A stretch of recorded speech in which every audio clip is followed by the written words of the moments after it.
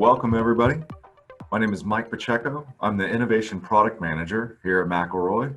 I focus on McElroy's digital product offerings, most notably the DataLogger and the Vault platforms.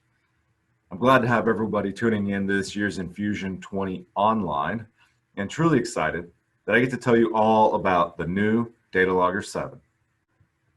So to announce the new DataLogger, I have to briefly talk about the evolution of the DataLogger.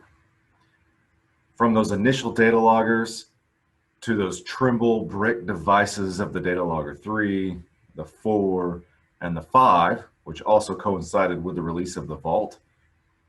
And built on that legacy of those original DataLoggers, the new DataLogger 6 launched us into a completely new era for recording and managing Fusion information. And the DataLogger 6 has been the most successful device to date. But that's not just McElroy's success. It's successful because of our channel partners and our end users who've adopted and integrated this platform into their business. Because of that, it's allowed the industry to be more successful. So how do we arrive here? Well, at McElroy, we focus on the user and making their experience the best we possibly can. And in conjunction with a great user experience, this product must provide value to the organization. And we understand this is a tool that requires investment, not just in capital, but in time to integrate this into the business. So we've sought out to provide more and more features that add to its utility and thus more value to the business. And we believe the DataLogger 6 fundamentally changed that value proposition through features like an easy, simple to follow interface and a guided workflow guiding you through the steps of Fusion. We also included video tutorials that are built right in and walk you through things like measuring the drag and performing a proper shift sequence during Fusion operation. And then that live pressure feedback, which allows the user to have the visual feedback of the Fusion process in real time. And then finally, the ability to cast the display to a monitor. All of these features have set the DataLogger 6 apart. And we've learned from our users that all of these features make this a fantastic training tool. And we know the challenges that our industry or any technical trade faces, acquiring and developing new skilled labor in the workforce. We all focus on training and the need to get operators up to speed as quickly as possible. DataLogger 6 became the tool to build repeatability and consistency into the process for new and experienced operators. But now, let's focus on what's new. So we're excited for the story of the DataLogger to continue with the all-new DataLogger 7. The DataLogger 6 has been on the market for over 3 years now. And in a world of technology, that is a lifetime. We know our industry, we do our best to plan for a longer life cycle. Though as technology changes, we want to take advantage of those improvements. Notably, battery technology, processing power, and some really exciting development work with the new I-Series track stars, all led us to shift to a new device. So we're sticking with the same 7-inch tablet form factor that's worked so well with the DataLogger 6. An additional benefit of this new device is that the base tablet is manufactured in the US, which really allows us to ensure a robust supply chain and a service channel. And this has been a great device to build upon. So let's talk a little bit about the hardware. We know the environments we operate in are never kind to electronic devices. They vary from extremely hot to cold, sometimes even in the same day. These are true construction job sites that deliver all the elements and hard use to a device. And like our Fusion equipment, we need the most rugged and reliable hardware on the market. The new DataLogger 7 is IP68 rated and designed to meet MIL standard 810G test procedures. What's that mean? Let me say that a little differently. It's waterproof, it's dust proof, and it's shock proof. So when we say it's a rugged device, we mean it. This thing is built like a tank. So rest assured, rain, extreme temperatures, and dirt won't stop it. Aside from throwing it in the back of a truck or in a creek, let's walk around the device. Starting with the front, the first thing that some of you will notice is that we are bringing back hard keys. They provide a great tactile feel and are left to the default Android settings, which makes it easy to navigate between applications or get to the home screen or just go back without using on-screen gestures. And they can be easily customized to suit the user's preference. You also see a front-facing camera and a light sensor. An LED indicator lights that let you know the device is charging, and power status. But most important here is that fantastic, large, sunlight readable 7-inch display. Provides a large viewing area for in-field use. The display provides an absolutely best-in-class outdoor visibility and clarity. The screen is projected capacitive multi-touch. And what that really means for you is that you can use it with gloves, a stylus, or even in wet conditions. Moving around to the side ports, there's a flip open door, and that's where you'll find a power input so you can charge the device, a USB 3.0 port for fast download of Fusion joints, and a versatile USB-C port that's going to future-proof any connectivity. Also, interesting to note that this protective door can be easily removed and it doesn't impact the IP68 rating. Moving around to the back, so we have an incredible 16 megapixel camera with flash. So there's no reason not to get great quality photos of that setup, that alignment, job site conditions, or that final bead. There's a loud output speaker that's rated for noisy environments. And we have an integrated stylus holder. Then we have the main battery compartment. So let me pop that open. So under that battery door, aside from the battery itself, is the SIM card and SD card slots. Also, the standard DataLogger 7 package will now come with an SD card that's already installed for you. This is a really important feature to note. So with most mobile devices, the memory of the device is typically built into the main board. So let's say you're out on a Fusion job site and you're not in a place to have connectivity to the internet. Something happens to that tablet or let's say the main board, there is a chance that that data will be lost. With the SD card installed, the DataLogger software will automatically back up those joint reports to the card.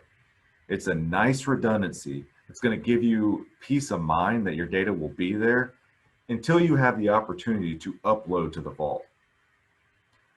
So the last thing to mention on the back is this new pressure sender connector. But I'm going to come back to that in just a bit. So let's talk about a couple of other important features, more on the inside that you can't see, but is a new fast processor. It's going to handle anything you can throw at it.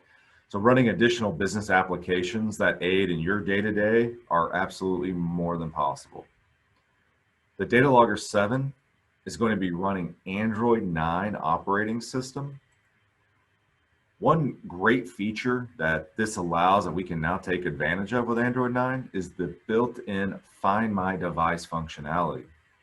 So let's say if the device is lost or it's misplaced, or if someone thought that they needed it more than you, you can use this feature to find it, lock it, or even erase it. There are a few details to set it up. One, it needs to be on. It needs to be connected to mobile data or Wi-Fi. So this is another great reason to use that SIM card functionality so you stay constantly connected. This is a great, easy to use feature to help you keep track of all of your devices at all times. But now what I'm really excited to tell everybody about is the battery life. We've heard from our users, more battery life is needed. We know jobs are running 12 plus hours a day, and you need a device that can easily last that long. So we're delivering on that. The new DataLogger comes with an internal 21 watt hour battery and a removable 43 watt hour battery. So we've seen real job site performance of 14 plus hours. That's full-time usage with the screen on performing fusions. And because of that internal battery, you now have the ability to hot swap the batteries. This means that the device will stay running and active, and then when you remove the battery and plug in another one with a fresh charge, and you're up and going. And to make this happen, we'll be offering an optional extended life kit that's going to include a car charger and an additional battery. So with these swappable batteries, users can have endless battery life on the job site. So don't take that just from me. Go hear about the realities of using it from Fusion Technologies, hosting a breakout session on integrating the DataLogger into their business.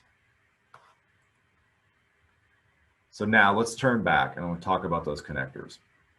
So during development, we wanted to find a rugged connector to connect to the pressure sender, and I believe we have found a great solution. So during our research, many of these electrical connectors carry an interesting rating of a minimum of 100 cycles. That means 100 times to connect and 100 times to disconnect. So imagine how many times the cycles the DataLogger gets. Typically it gets set up in the morning, it's possibly removed and reinstalled at a break, then it gets removed again at the end of the shift. This all adds up. This new connector is rated at least 5,000 cycles. And by our estimations, that's over 3.5 years of daily usage. It's extremely durable. It comes with sealed threaded connectors that lock easily, and this is going to provide a very reliable connection. Moving on further to the pressure sender. So this is the new sender on the left, and I've put it up next to our existing pressure sender that's on the right. So this new pressure sender assembly is going to be paired with a rugged cord and has proven automotive style connectors, so that'll allow you to connect to that sender.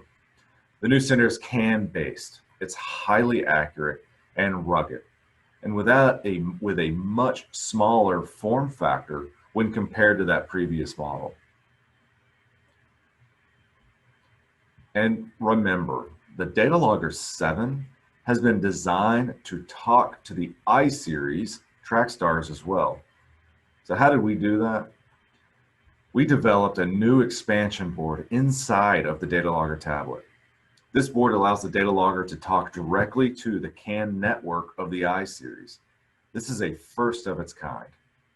The DataLogger software will know when it's connected to an I-Series machine or to a standalone pressure sender. And for ease of use, remember, there is only one port on the back of the tablet to connect to.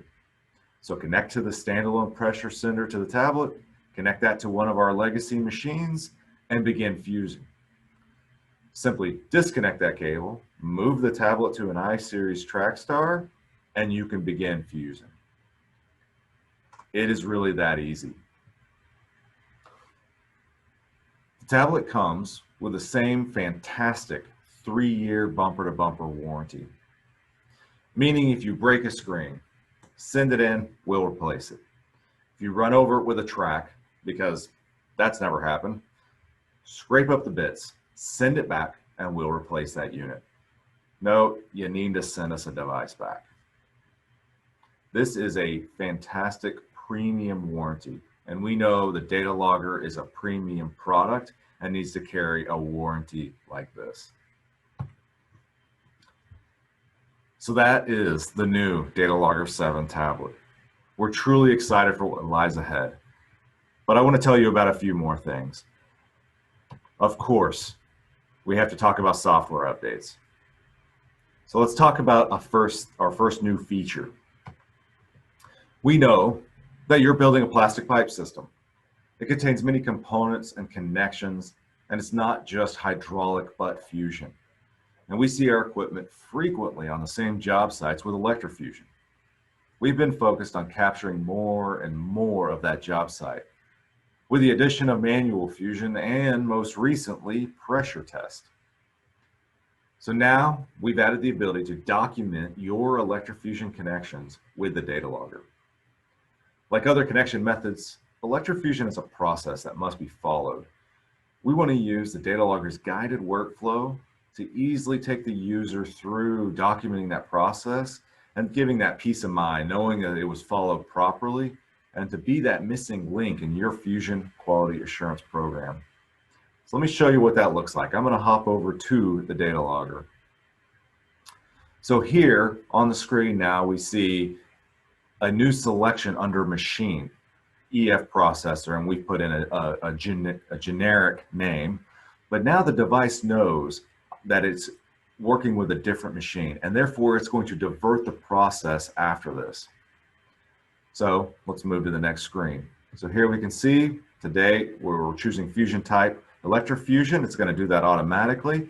And then specification. So we don't have any specifications to date, so we're going to default to other. Now, first step in this process, getting a good proper peel in the scrape. So we're going to use this camera and document that peel and scrape. So I can quickly see here, good peel on this one. Another important thing to note is documenting the tool, and depending on the market that you're working in, and especially in the natural gas world, it's going to be very important to document the tool that you use to perform this with. So here, take a picture of that with the camera, and we have that saved to be documented. Moving on to the next step would be alignment photos. So here we can move over, look at we have it in our alignment clamp. So we're doing a couple of things. One, we are documenting the alignment, and then two, we're actually documenting the tool that we used for alignment. So important features there. And then turning to weather conditions. So we're going to be able to enter those weather conditions that may have an impact on this fusion and may change times slightly. And so we're able to document that here, document those pipe settings, and remember, we have the scan of the barcode feature, so you can scan it to pull in that pipe information, and you can also enter that tracking traceability information manually. We can also do the same thing with the fitting that we're about to use. And this is when we would turn back to our electrofusion processor and go perform our fusion. If we have the ability, and it depends, it's very device dependent on what we're working with, but if we have the ability to download data out of that electrofusion device, we'll be glad to do it. If not, this won't exist and we'll move on down the road.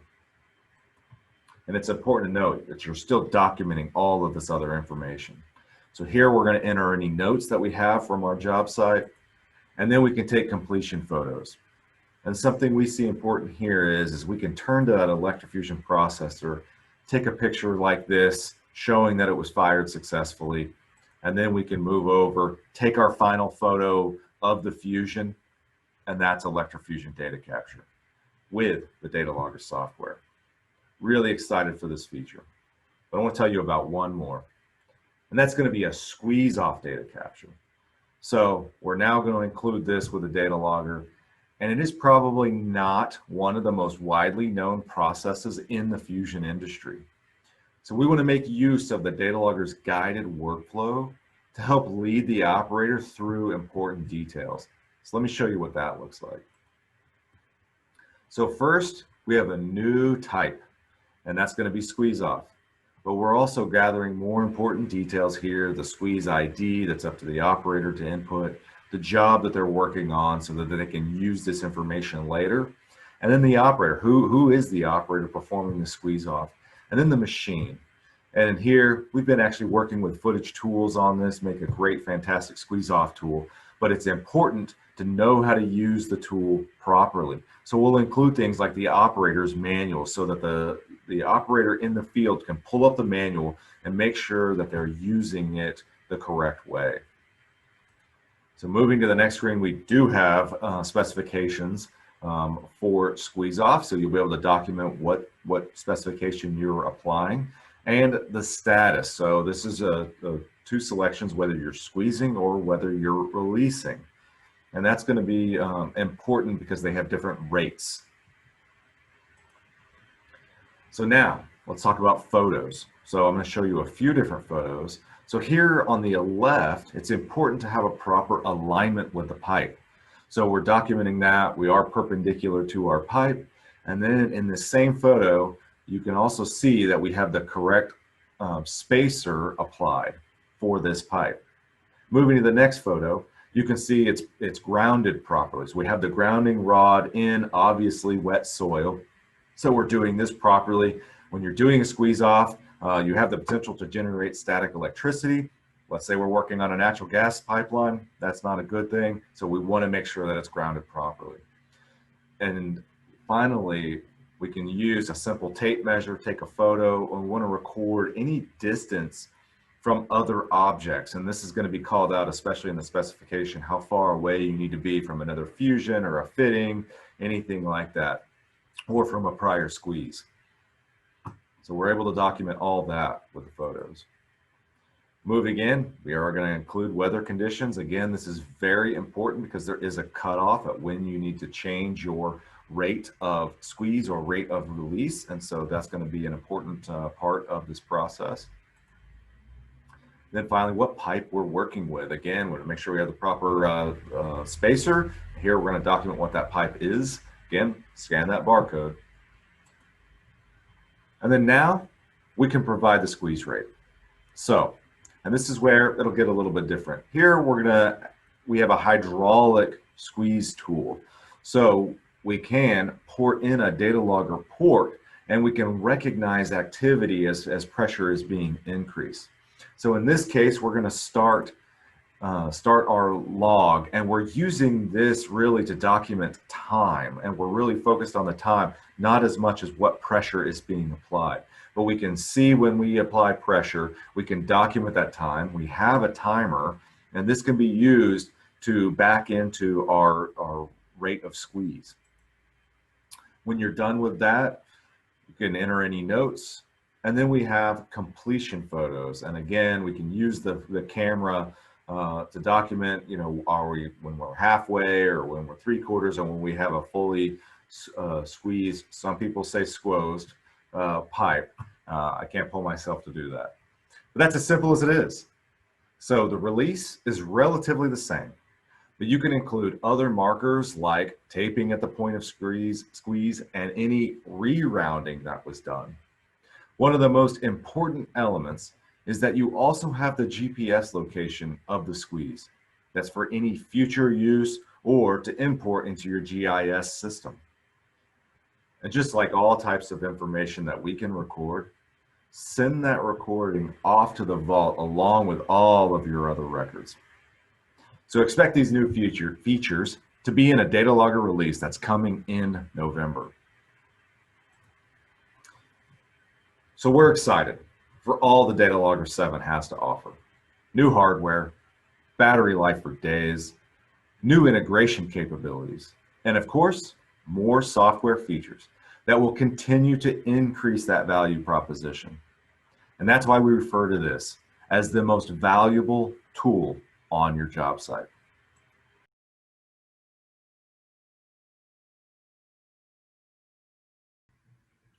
All right, Mike, I knew you'd generate a lot of interest. Okay, here we go. Coming. Yeah. All right, you ready? Let's do it.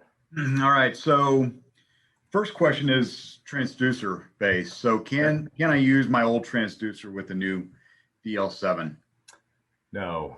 So the DL7, and you've probably heard by now, and we've been throwing out this idea of this CAN network, controller area network, it's its own language, and this is the line in the sand. So no DL654 transducer is going to work with the DL7. It is all new, but that is what's allowing us to communicate and go seamlessly between standalone data logger with our legacy equipment and the new I-Series track stars. So We had to make that line in the sand, and this is it. So Very good. Let's talk calibration on yeah. the 7. There's a couple of questions that have come in in terms of the calibration. Will the transducer still need to be calibrated? It will, and for it's going to still be annual, so it's going to be on the same cadence. The calibration will be performed, and this is a new benefit here is that we have a new application that is going to run on the DataLogger tablet. Now, mind you, this is going to be serviced through our channel partners, but it's going to be on the DataLogger because we need to communicate CAN, so it's the best device to do so. You'll use your current stand, so the same pressure stand that you're using today, but you'll hook up the same way you would the current transducer. The DL7 transducer will use that same test fitting, and you'll use your the DL7 cable. Just goes right into the device, and it's an application, looks very similar to the DataLogger. Does have a white background. We just made it so it would look a little different. And the benefit here is that connectivity. We know as Windows changes and does things, we have to really work to maintain that. And because it's on a DataLogger and we control it, so there should be no issues there. And we're also going to be communicating this and feeding this into the vault. And so you'll be printing your reports, accessing reports from the vault. This also provides us a platform that end users and whoever you are, whatever report you need, you can go out to the vault and access this. So it's a pretty exciting development. We think it's going to be great for all, and there will be a second phase of that. And we are going to allow that same application to calibrate the DL6, 5, and 4 transducers as well. So that'll be a dual purpose, and you'll just have to have an additional connector, use your same stand. Great. How often, Mike? Annually. Yeah. Annually still? Okay. Yeah. And another big point is using the vault, just to tee everybody up, talking about service reminders on your calibration. That's a hot topic, and that will be coming. Okay. Very good. This is a good question. Interesting. Will you be able to purchase replacement parts such as the charging port door on the DL7? You will. Yeah. If you need it, you can certainly purchase it as a service item. That's no problem. So there's a pretty high availability of components for this device. So yeah, certainly.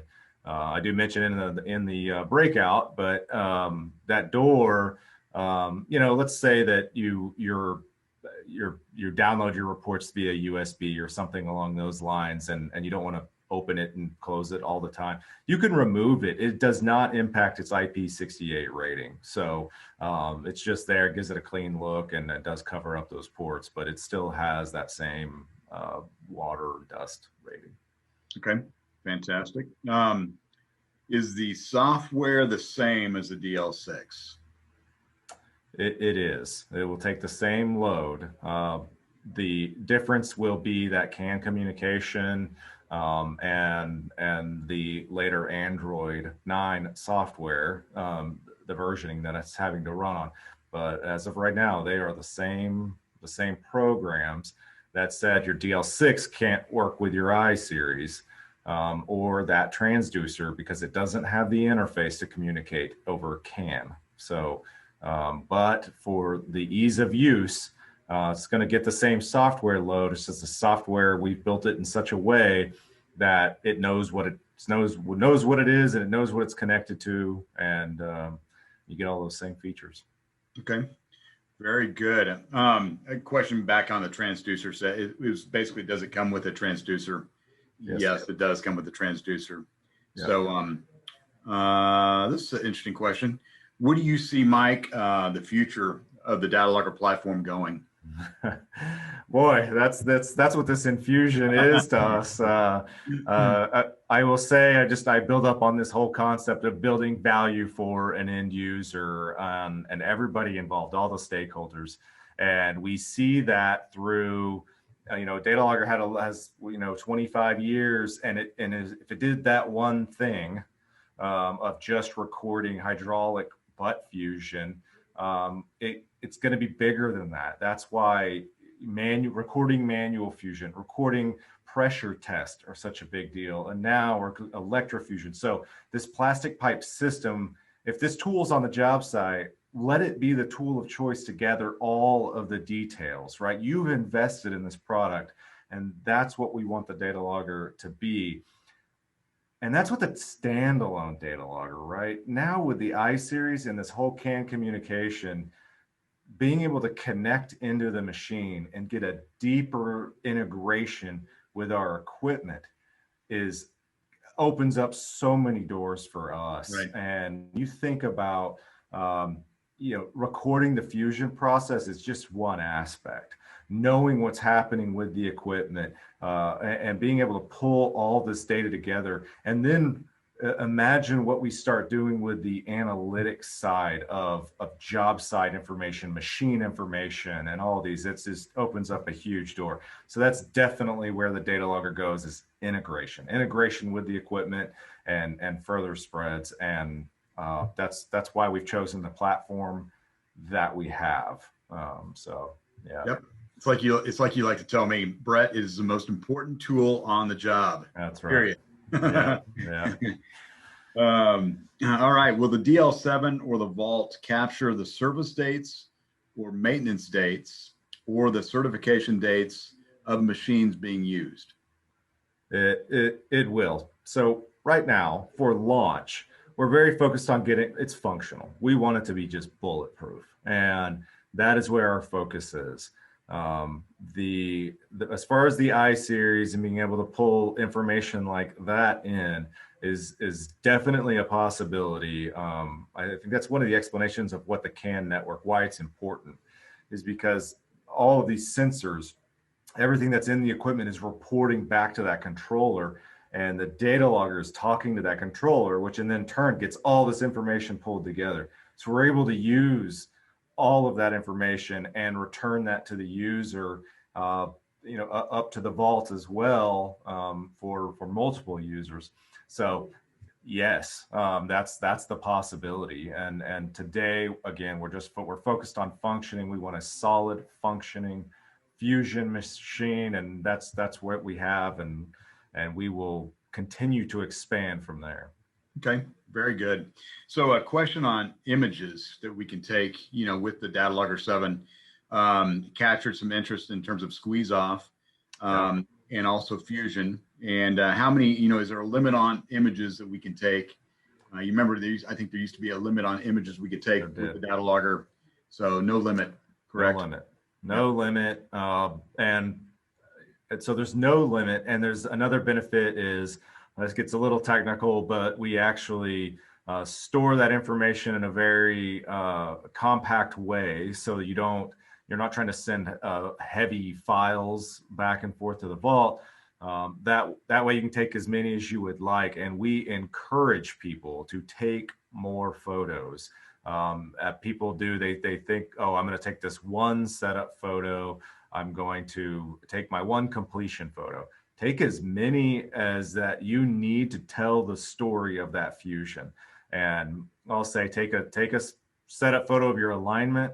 You want to take multiple photos of your alignment. If you want to get from the top, get from the side, go around back if you want, if that's feasible. Otherwise, and then your job site conditions. Let's say you're doing a tie-in, and you've got a 400-foot string hanging off the back end of that, and you have a little bit of dynamic drag.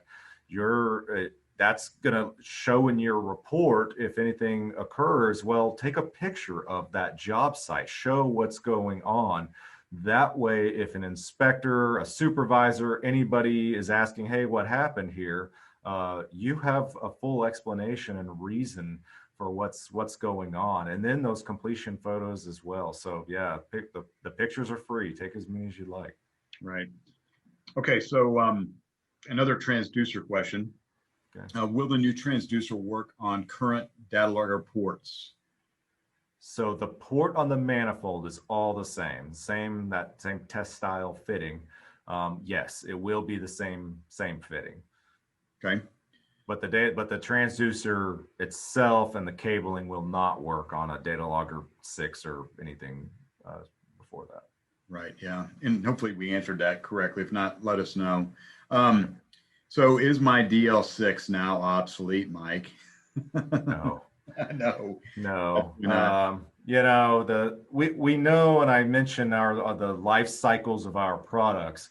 And we do know our industry, especially, and here we are, McElroy, you know, we're still servicing machines from the 70s, you know, it's a pretty common occurrence. And we know that it's going to go on. The DataLogger 6 is still a solid and has been a very robust device. As I mentioned, just technology just continues to evolve. I would say, you know, if I just comparing and contrasting the processor. So processors in the mobile world just continue to change and get faster, and they're on like a 6-month life cycle. So luckily our suppliers and all that understand that. So we have a very high focus on it. And so processing speed so that you can do more with the tablet is important, and battery life. That's really what it boiled down to. Then for this product, just being able to integrate this incredible capability with the CAN network and being able to do that, again, it's a first of its kind. This is probably the first commercial Android device that's able to do this. So it's a huge development for us. Yeah, great. But the DataLogger 6 is solid. There's a lot of users out there. I would actually, you're good. You know, that's a really solid product. Right. And any of the updates that we do going forward will definitely include the 6 as well. Right. So, yeah. We're going to continue to support updates. I mean, as long as we can, definitely. Yeah. Right. So back to the squeeze off tool and capturing squeeze off. Is there a port, or how do we connect the DL to a squeeze off tool? Yeah, so it's going to be dependent on the tool. So we're working with manufacturers now to provide a little kit to be able to port into and make use of it. It is not necessary to be able to document that squeeze. We'll have timers. So there's going to be other methods, especially when you think about a manual tool that you ratchet down. So it is the option we're looking at. We're looking at partnering with those manufacturers, providing a little kit that you can purchase, and just a DataLogger port kit, and we'll make use of. So, and then maybe some more developments to come. We'll see where that one lands. Right. Yeah. More to come on that. When we have those kits ready to go, we'll let everybody know. Yeah. Out there as well. So, this is a training question. Will online interactive training on the use of the DL7 be available? It is. So McElroy University actually has a couple of modules now, and we are working fast and furious to put more out there. If you are interested, please reach out to McElroy University or any one of us, and we'll get you started. And then as you want to get deeper, we'll be right there with you. And we can even do some Zoom sessions, anything like that, to get as deep as you'd like into DataLogger and Vault. Yeah, that's all part of the McElroy LMS learning management system that's evolving and developing currently through Paul Brodsky and McElroy University, and we'll continue to add more and more courses through that. So like Mike said, we've answered this, but we'll answer it again. Does the new DL software apply to the DL6? It does, as far as functionality, recording, fusion. It's all there. The electrofusion and squeeze off updates, again, that will all be able to be done on the DataLogger 6 as well. The big difference is CAN communicating to the I series, or communicating to the CAN transducer. That will be the difference. The 7 will be the only one to do that. Okay. Here's a good one. We get with this one quite a bit. It's about Find My Device. We get calls regularly. Hey, can you find my DL4, my DL5? Customer had, it's out there. The question is, the Find My Device through Google. Is there any way to track all of my DL6 right now that are in my rental fleet? And is this free to download and keep track of? So there's some additional functionality that has to happen in the 6. We are exploring it. There may be some third-party applications that you can purchase and use with the DataLogger 6. But to date, no, there's nothing like what's going to be on the DataLogger 7. So it is frankly because of what happens on the DataLogger 6 that this was one of our criteria when we were out looking for a new device that had to do this, and that's why it's there. So to pitch on that just a little bit more, it's another point is very important. So even on your DataLogger 6, very important to be connected. So there is a SIM card port on both the DataLogger 6 and on the DataLogger 7. And frankly, it's not used enough. And people really need to focus on that because of issues like that. One, you want to get that data out of that tablet and into the vault as soon as possible. And it's also important from a connection standpoint. Even on a DataLogger 6, if it was on, somebody opened it, the DataLogger is always, say it's looking for an update, a software update from the vault. When it does that, it pings us and it gives us a GPS location. That is how, and that's one way we help you track down where that device is. And many times they've just been misplaced. But if we can give you a general area like, yeah, hey, on this date at this time, we got a ping from it trying to update its software, and it was sitting in the back of somebody's truck, and you're able to locate it. The DataLogger 7, again, put that SIM card in there, because now with its with Find My Device, you'll be able to ping it. You'll be able to put it. You can make it. It makes an alarm sounding going off, so you can locate it. Kind of like if you lost your phone in your house somewhere, it'll do that. You can lock it, and you can just erase it if there's really critical data on it. So anyway, that's the feature of it. So please use those SIM cards. Very good. Yeah, we talked about that, the SIM card functionality yesterday quite a bit. Yeah. All right. Does the new tablet have video capabilities for training or technical assistance? Not sure. You can play videos on it. We do have built-in animations, so those will play. That's through the DataLogger software, but it is a full functioning Android tablet. So yes, you say you're in our LMS, you can access the LMS through there. Anywhere you can access a browser, use tools, it's all available to you. If you're doing remote training, I will urge you, the session right after this one with Les Cloud at Fusion Technologies was telling you how they are using the tablet, and they do use even some remote assistance applications. So they have operators out in the field, come across an issue, they can easily call back home and have this functionality to be on video chat, use augmented reality and looking at a machine and circling issues. So yeah, there's so many opportunities. If you need some help, we could certainly love to talk to you about that as well. All right. So I knew this one was going to come soon. How long till you stop supporting the DL6? We will support as long as we can. So, and right now we do not have a time limit on that. So selling them, we will continue to sell them until supplies run out.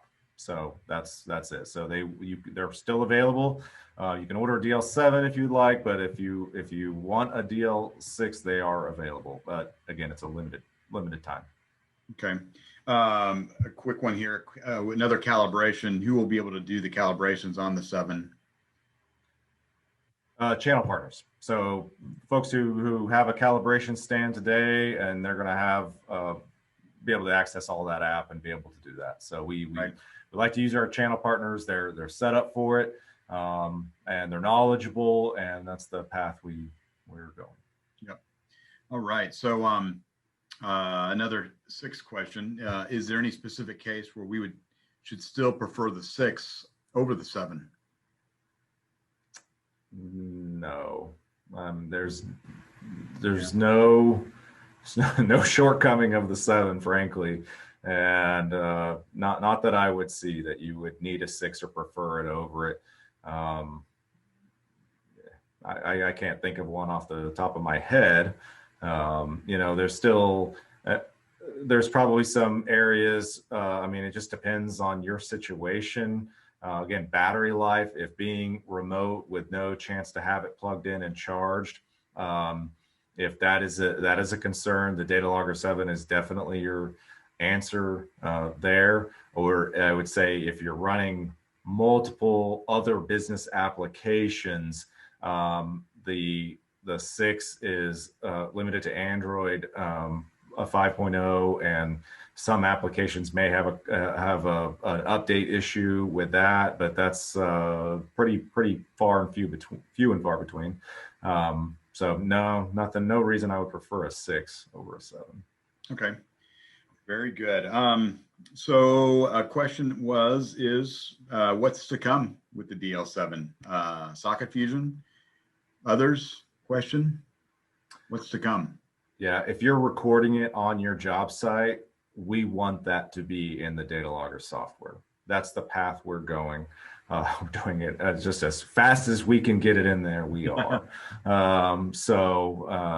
Yeah, if you're on a Fusion job site and you want to record something, there's something that's important, and you want all that data to go back to to the vault and have that secure place for all of your information and all easy access, high availability of that data.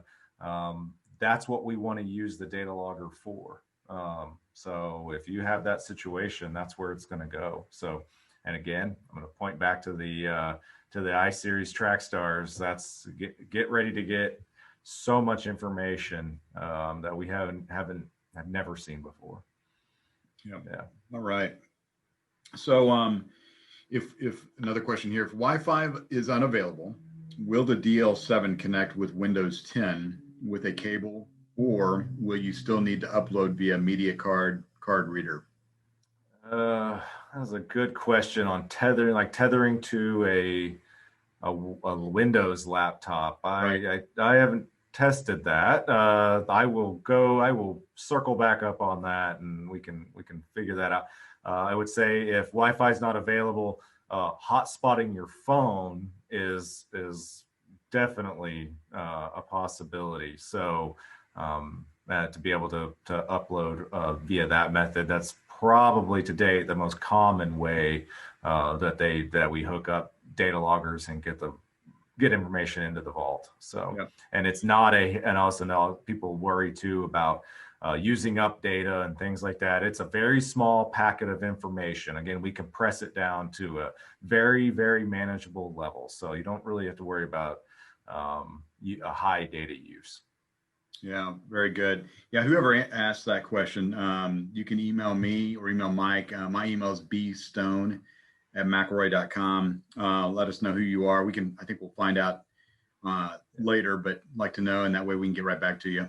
Yeah, go to our virtual booth as well. You can also throw that to them, and we'll circle back. Yep. All right. So interesting question. How would we connect a DL to an EF machine? It's going to depend, and I stated that it really depends on the processor. The concern we have with electrofusion processors is that there are many, and the output of the data is handled in many different ways, not always in a wonderful format. So it will depend on the processor, the manufacturer of that processor, and their willingness to work with us to provide an output that we can then use. Like I said, even if we cannot get that, you can still take pictures, document, the rest of that process. And we're also considering ways that you could possibly, if you can get a report out of your electrofusion processor, that you can then go and attach it to the vault. So you can basically marry up those two pieces of of information, everything you just got from the data logger, and if it output and has some sort of values from your electrofusion processor, and you can tie those up inside the vault. So one way or another, we're trying to get you there. Okay. Yeah, the questions keep coming. Cool. We're close to 2 minutes remaining on the question period here. So this was interesting. Will the new transducers eliminate interference created by the overhead transmission wires or the keying of a mic from a two-way radio? Yeah, so that is it's a really interesting question for us. So this has been fully, EMC, electromagnetic compatibility, tested and approved for everything that we reasonably can test for. We do have radios here that have actually been reported to us from the field. We went out, we purchased all the radios we could. If you have something specific, reach out to us and let us know. We will work and test it and try to provide methods to do it. Overhead wires, that's a whole bag of its own, but it has been fully tested in laboratory settings with a wide range, every component separately and all together. So we're doing what we can to protect everything. And if you're running into other issues, let us know. We are out there. We're looking for all those cases. And sometimes the emissions that happen from some of these devices are outside of their standards, and it's hard for us to build something around that. So that's a little way around it, but we're interested. Please reach out to us if you're having that problem. Good deal. All right. So one that's near and dear to my heart, equipment inspection. Yeah. Is there an equipment inspection data included in the 7, or do we need to still download the app? So you'll still need to download it. We did not include it yet. That we were continuing to work with the equipment inspection app. It's going to continue to evolve just like the DataLogger software. It's not included, but it'll work. I have mine running on it right now, so the app works fine. So no issues there. Yep. Yeah. And again, that's an app. Just reach out to Mike, myself, Paul Brodsky, and we can direct you where to go to get the app and get that downloaded on your 7 for you or your 6, either way. Another question here. This one's an international question I want to get to. If we need to use a DL standard, international standard that is not currently in your software, can you add another standard by request? Absolutely. Yeah. That's, if you have something that we don't have in there, reach out to us. We will add it. So, and that would even go for if it's a custom standard for, anybody who has it, you have a specific method and you want it in there, please reach out to us. We'll be glad to do it. Yeah. Let's see. There's a couple of good ones here. I want to get to this one. Can you ping a DL6 with Find My Device if the SIM card is not in the device? It's essentially related to that previous question. Yeah. No. We haven't. There's some limitations with the DataLogger 6, just again, technology evolving and what was available in that. So no, we have not been able to do that. There may be some third-party apps which are going to have to be connected in some way. So, yeah. This is a good one. So question is, other than the US and Canada, what are the other countries where the DL is most widely used? All over the world. Really, if there's fusion, they're using it. Australia is probably the biggest market. All of South America, Central America, Africa. It's all over. So, everywhere, anywhere you're fusing, there's a data logger being used. So, right. Yeah. That's it. You've addressed all the questions that came in. Again, if we missed any of your questions, just don't hesitate. Let us know. We want to make sure we get your questions answered. Mike, anything else you want to wrap up with? We are excited about this device. It's just the capabilities that it's going to provide. If you're not data logging now, now's the time. Get in on this device. Make use of it. I mention it, and then the next session, if you're going to watch the session with Fusion Technologies, listen to how they're integrating it. get us involved. Reach out to Brett or myself. Let us help. Let our channel partners help you get going and get started. And you'll reap the benefits of it for sure. Right. Yeah. And there's a lot of discussion. We're getting a lot of questions always regarding the PHMSA ruling and what potentially could come down the road as well. Yeah. So a lot of folks are trying to get ahead of the game there as well. So yeah, so that's it. Mike, great job. All right. No, I appreciate everybody's time and tuning in. So it's an exciting infusion. Really exciting. Wish everybody could be here with us. Yeah, that's right. Next year. Next year, we'll be right. there. Get this all behind us. Yeah. All right. Thank you, everybody. Thanks.